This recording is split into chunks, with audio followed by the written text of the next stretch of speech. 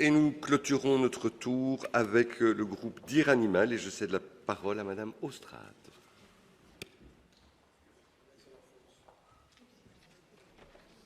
Merci Monsieur le Président, Monsieur et Madame les ministres, Monsieur le ministre-président. Beaucoup de choses ont déjà été dites par mes collègues et je serai donc assez brève. Mais comme beaucoup de personnes, la gestion de la crise par les autorités belges aux différents niveaux de pouvoir m'a interpellée. Premièrement, il me semble qu'on a voulu au départ beaucoup trop minimiser les risques et que cela a eu un impact sur la portée du virus à Bruxelles. Beaucoup ont jugé bon, par exemple dans les médias, de préciser que le Covid-19 ne représentait pas un grave danger, sous-entendu qu'il ne constituait un risque fatal que pour les personnes âgées et les personnes malades.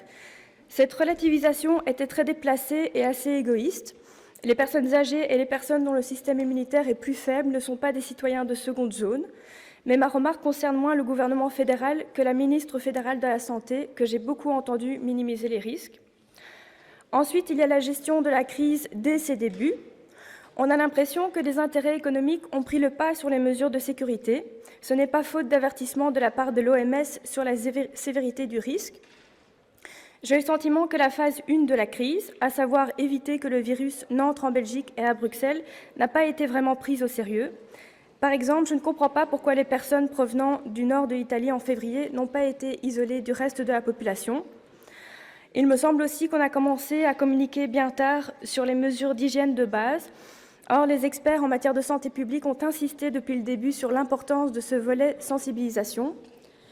On a pu lire dans la presse des propos tenus par les professionnels de la santé qui se sont plaints du manque d'informations reçues par les autorités.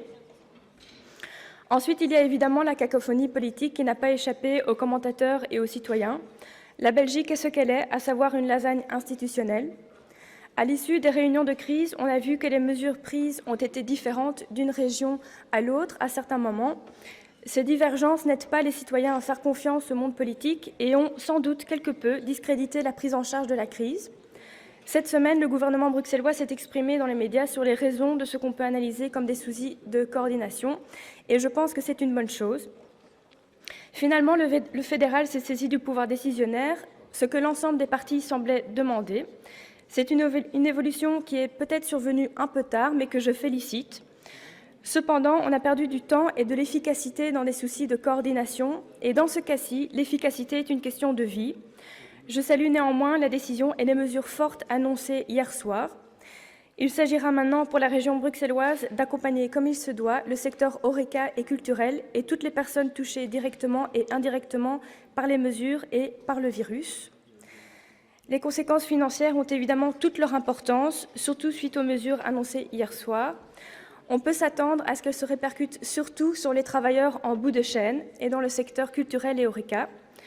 Le flou semble régner autour d'éventuelles indemnités. Pouvez-vous nous en dire plus sur ce qui est prévu à ce niveau-là? Mais la priorité est évidemment la préservation des vies humaines. L'arrêt des cours dans les écoles est une question qui a beaucoup fait débat, notamment parce que les parents doivent, eux, continuer de travailler. Je comprends bien évidemment la tension économique là aussi, mais s'il est question d'infléchir la courbe épidémique et donc de sauver des vies, des mesures d'arrêt de travail me semblent être nécessaires également.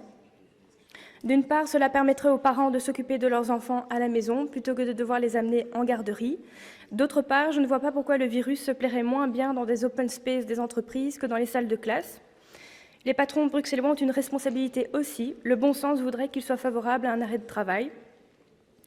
La dernière phase de la gestion de la crise, à savoir la phase hospitalière, a de quoi inquiéter. Les professionnels ont alerté sur le fait que les masques FFP2 sont en rupture de stock. Je lis que de nouveaux masques sont censés être livrés aujourd'hui. J'aimerais savoir où en est la situation par rapport au matériel médical disponible. Je suis aussi interpellée par l'impossibilité de tester tous les échantillons. Cette épidémie n'est pourtant pas un signe noir. On peut craindre le pire également en termes de capacité litière dans les hôpitaux. Ceux-ci ne pourront gérer une crise sanitaire grave sans faire de difficiles calculs utilitaristes pour savoir quelle vie sauver et quelle vie sacrifier. J'espère sincèrement que les mesures de ralentissement de la propagation du virus permettront de rester en dessous du seuil critique pour les hôpitaux et que les mesures annoncées hier permettront d'infléchir la courbe épidémique.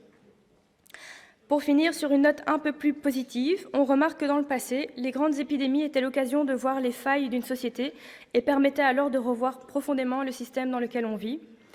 Avec cette crise-ci, on peut constater les limites d'une économie globalisée, avec les pénuries, notamment de masques, qui nous touchent et vont continuer à nous toucher. À l'ère des grands traités de libre-échange, c'est une leçon que Bruxelles doit également tirer. On constate une diminution impressionnante de la pollution suite au ralentissement de l'économie dans les pays les plus durement touchés par le coronavirus. Diminution qui est vitale sur le long terme si l'on veut éviter l'extinction de plus d'espèces, dont la nôtre. L'astrophysicien et écologiste Aurélien Barraud écrivait cette semaine « Quand une pandémie devient la meilleure nouvelle objective pour la santé de la vie sur Terre... » Chers collègues, est-ce qu'on peut écouter notre collègue qui termine sa question? Merci. Merci. Quand une pandémie devient la meilleure nouvelle objective pour la santé de la vie sur Terre, n'y a-t-il pas de quoi interroger notre manière d'habiter le monde? Pour finir, on constate que toutes les grandes épidémies de ces dernières décennies sont causées par notre rapport avec les animaux, qui est un rapport de domination et d'exploitation. La grippe aviaire, la grippe porcine, le SRAS et maintenant le Covid-19. Lorsqu'elle sera passée, j'espère que là aussi, cette crise permettra au moins une réflexion sur notre vision de la société, sur le traitement que nous réservons aux vivants et sur le lourd tribut humain et financier que ce rapport d'exploitation implique. Je vous souhaite beaucoup de courage pour les semaines et mois à venir. Merci. Merci, Madame Estrade.